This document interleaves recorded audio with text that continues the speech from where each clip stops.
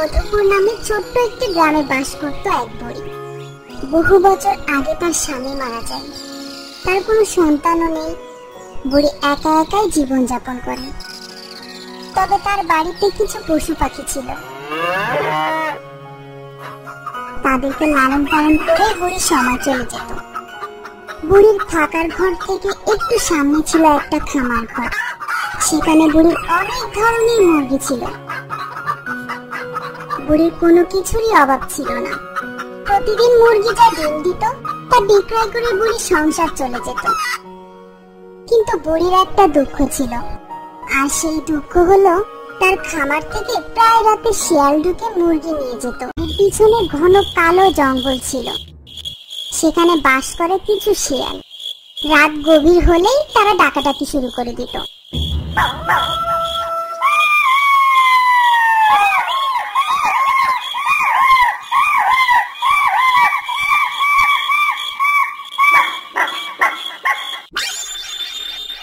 ধরবো মুরগি কাপা কাপ, খাবো মুরগি কাপা কাপ, পালাবো আমি কাপা কাপ।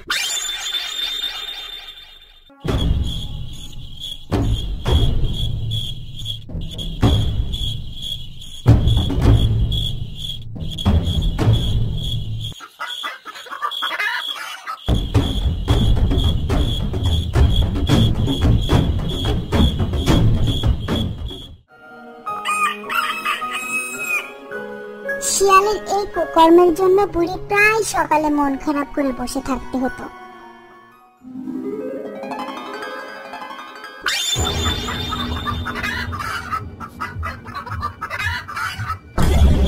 এক রাতে বুড়ির মুরগিগুলোর আওয়াজে ঘুম ভেঙে গেল। আবার আমার মুরগি নিয়ে পালিয়ে গেল। দুটো শিয়ালকে ধরতেই পারছি না।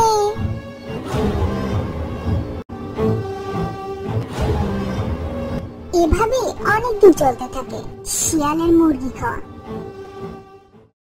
অসহায় বুড়ি খামার ঘরের সকল ছিদ্র ভালো করে ঢেকে দেয়, যেন শিয়াল আর ঢুকতেই না পারে। এরপর রাত আসলো, কিন্তু না, কোনো কাজই হয় না। শিয়াল এভাবে প্রতিদিন মুরগি খেয়ে যাচ্ছে। একদিন বুড়ির মাথায় একটা বুদ্ধি এলো। এভাবে তো আর হয় না, আমাকে কিছু একটা বুদ্ধি বের করতেই হবে। এবার একটা শিয়াল ধরার ফাঁদ বানাবো। বেটা শিয়ালকে একটা শায়েস্তা করেই ছাড়বো।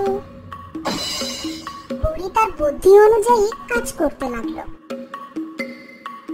সে বাঁশ দিয়ে একটি খাঁচা বানাতে লাগলো। তার খাঁচা তৈরির উদ্দেশ্য একটাই, শিয়ালকে কৌশলে খাঁচায় বন্দি করা।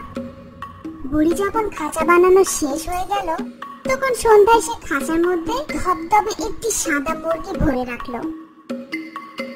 এবার খাঁচার দরজায় একটি রশি বাঁধলো।